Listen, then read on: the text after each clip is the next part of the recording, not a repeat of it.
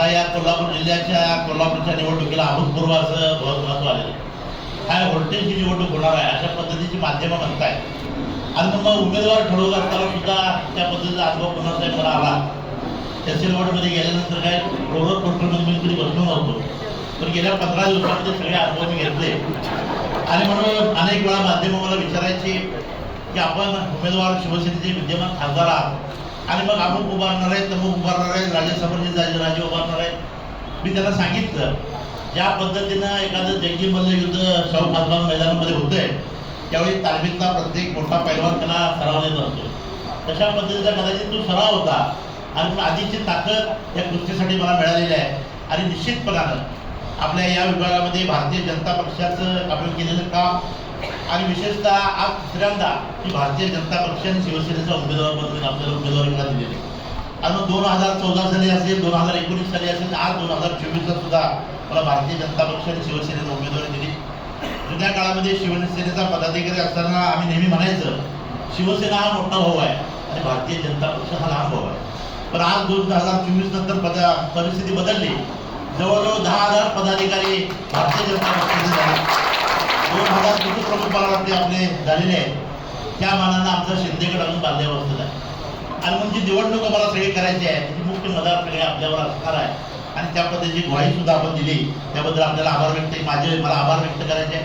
शिवसेना, भारतीय जनता पक्ष, राष्ट्रवादी पक्ष, जनसुराज्य आणि इतर आपले मित्रपक्ष आहेत यांच्या वतीने मी निवडणूक लढवतोय.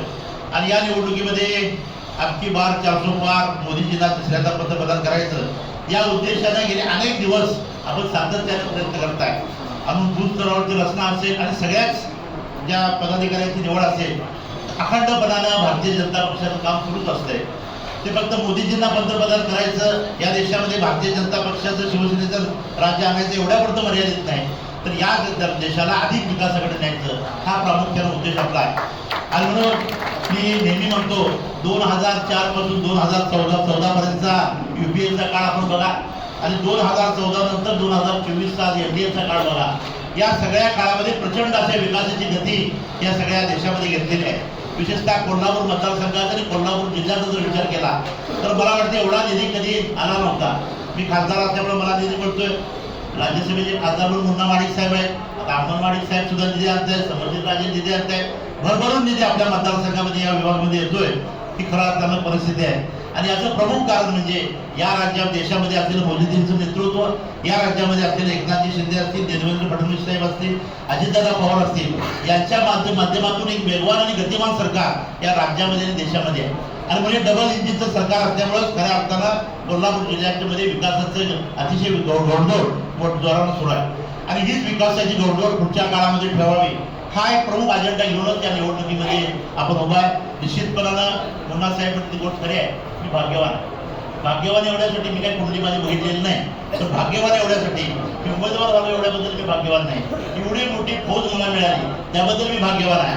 आणि म्हणून आज घोषणा झाल्यानंतर पहिल्यांदा मी महालक्ष्मीचं दर्शन घेतलं, करवीर निवासिनीचं. त्यानंतर या जिल्ह्याचे नेते आदरणीय माजी आमदार माधवराव माडिक साहेब यांचंही दर्शन घेतलं आणि त्यांचा आशीर्वाद घेतला.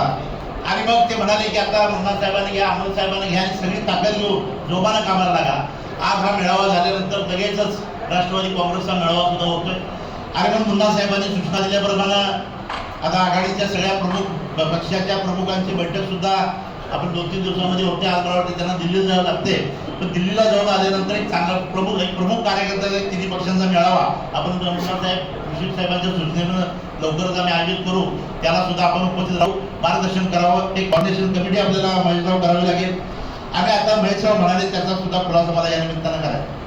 खरं म्हटलं तर मागच्या वेळी मी भारतीय जनता पक्ष आणि शिवसेनेचा उमेदवार होतो.